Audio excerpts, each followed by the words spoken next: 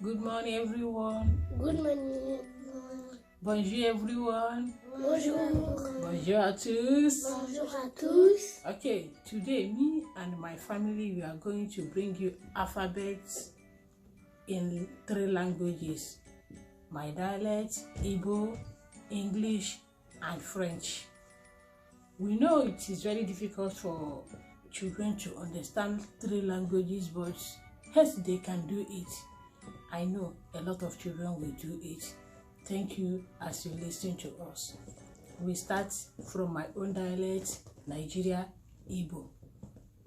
A, aka, be, bolombolo, chi, chukwu, de, dọkịnta,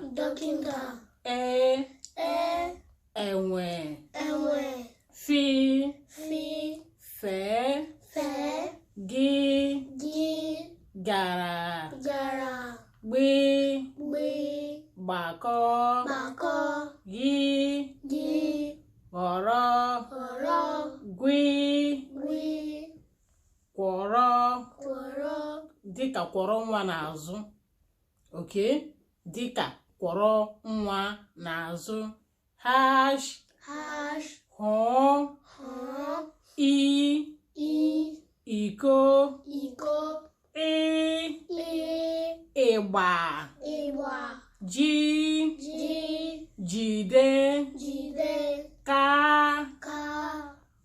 kalama,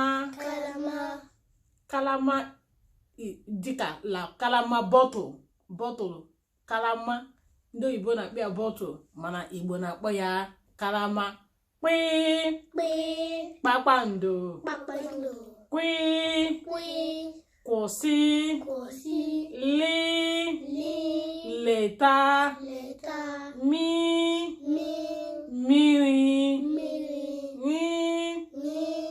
ngaji, ṅụọ, nwa,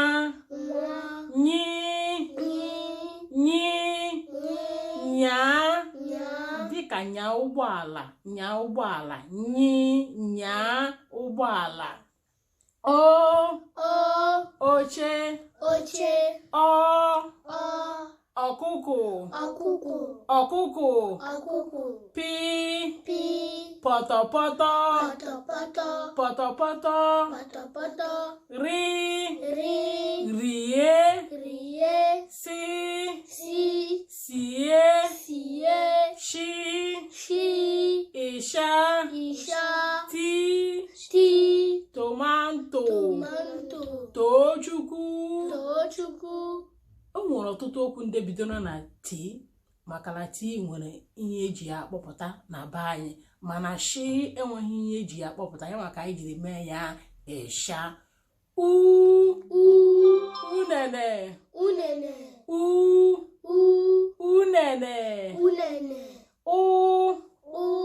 ụbọchị, dịka ụbọchị taa. Ihe anyị na-ekwu taa, ụbọchị taa. Ụbọchị. V enweghị okwu Igbo kpọpụtara ya, mana a na-agbakọnyesi ya n'ime okwu eji ekwu, mana Igbo enweghị okwu bidoro na V. V enwebeghị okwu bidoro na ya n'ime Igbo.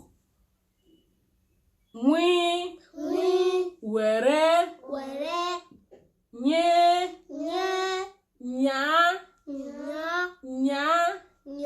nyakwa,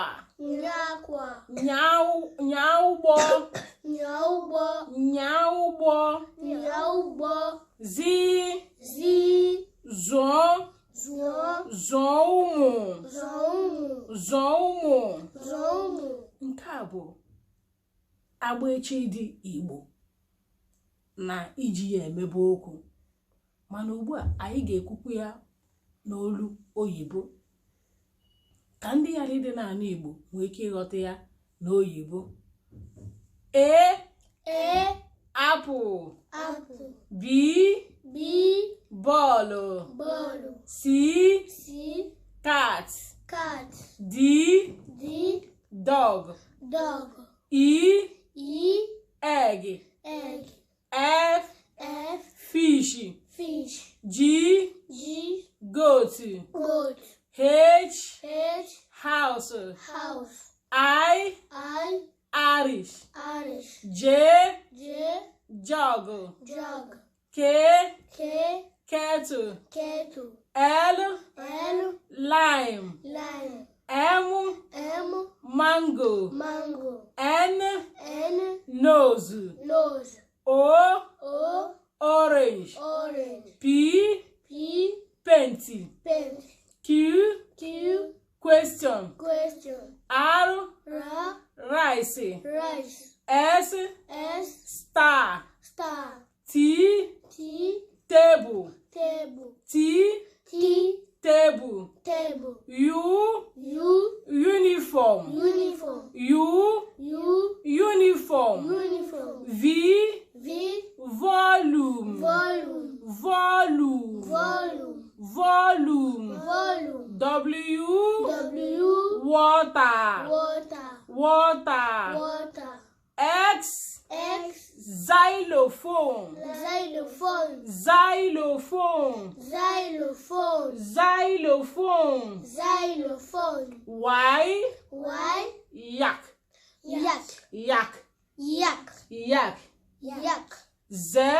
Z. Zebra. Zebra. Zebra. Zebra. Zebra. Zebra. Okay, we are going to repeat it in Igbo again because I want my children to know it better in Igbo.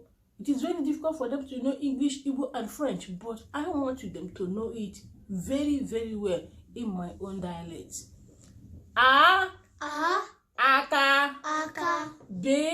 B. Bolombolo. Bolombolo. Chi. Chi. Chuku. Chuku. D. D. Dakinta. Dokinta. E. E. Enwe. Ewe. Enwe. Ewe. Fi. Fi. Fe.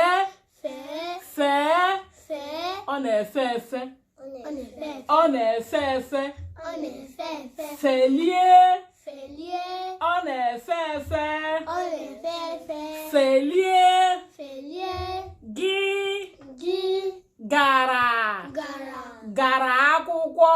Gara akwụkwọ. Gara ọrụ. Gara ọrụ. Gara. Gara. Gbi. Gbi. Gbakọ. Gbakọ. Gbakọ. Gbakọ. Gbakọ. Gbakọ. Hi. Hi. Ghọrọ. Ghọrọ. Ghọrọ. Rọrọ. Gwi. Gwi. Gwọrọ. Gwọrọ. Gwọkọ. Gwọkọ. Gwara. Gwara. Hash. Hash. Hụọ. Hụọ. Hụọ ji. Hụọ ji. Hụọ ede. Hụọ ede. Hụọ ji. Hụọ ji. Hụọ ede. Hụọ ede. I. I. Iko. Iko. Iko. Iko. Eji iko. Eji iko. Aṅụ. Aṅụ. Mmiri. Mmiri. Eji iko. Eji iko. Aṅụ. Aṅụ. Mmiri. Mmiri. I. I. Ịgba. Igba. Ịgba. Igba. Anyị. Anyị. Na-akwụ. Na-akwụ. Ịgba. Igba. Anyị. Anyị. Na-akwụ. Na-akwụ. Ịgba. Igba. Anyị. Anyị. Na-akwụ. Na-akwụ. Ịgba. Igba. Ji. Ji. Jide. Jide. Jide. Jide. Jide mụ. Jide mụ. Jide mụ. Jide mụ. Jide mụ. Jide mụ. Jide mụ. Jide mụ. Jide. Jide. Ka. Ka.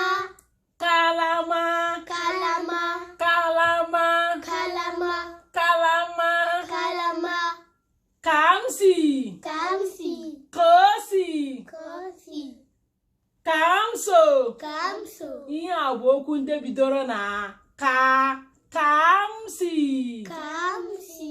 Kaosi. Kosi. Kamsi.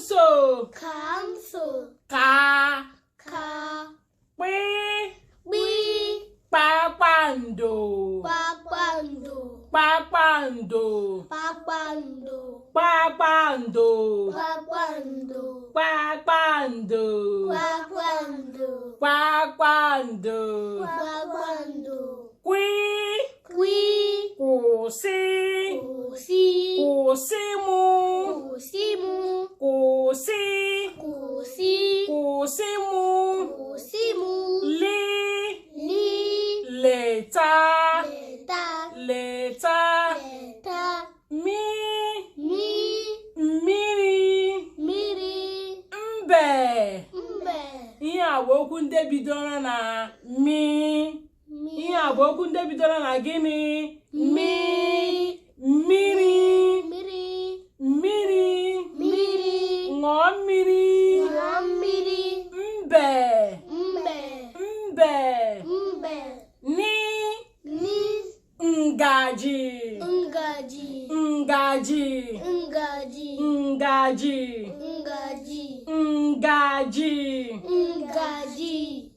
Eji. Ngaji. Eriri. Eji ngaji.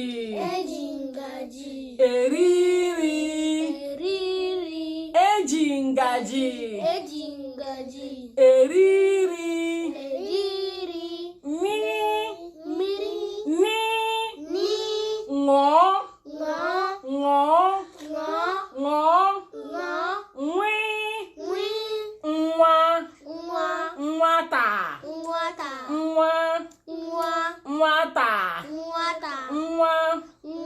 Nwata. Nwata.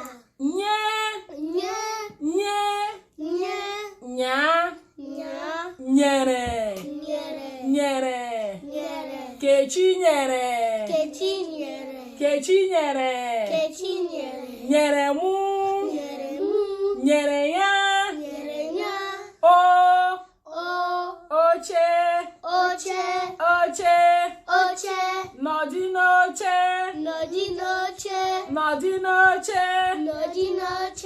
Anyị nọ n'oche.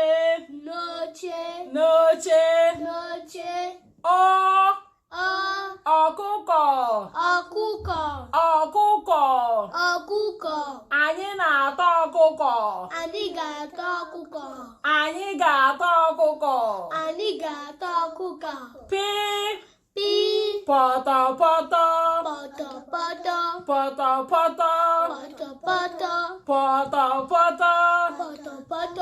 Ri.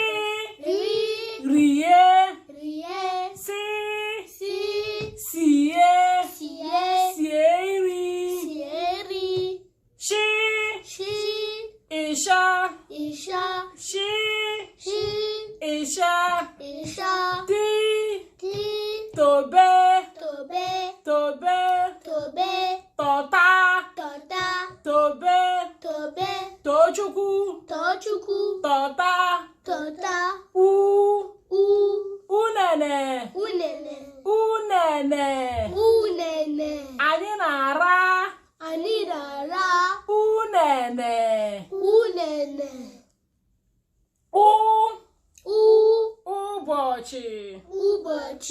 Ụbọchị taa. Anyị na-ekwu. Okwu. Ụbọchị taa.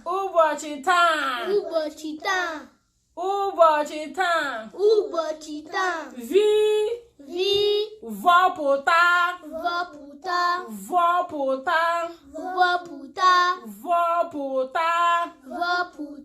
Nwi. Were. Nwi. Were. Nyi. Nye. Nyemu. Nyere. Yi akwa. Zi. Zọmụ. Zụta. Zụta. All these words are Igbo alphabets and the examples. Now we are going to French alphabet. I will allow them to do it more on French because they understand it perfectly better, but they will still do it in my own language. Thank you. Okay, Kamsi, we are waiting for you. Oya, over to you en français.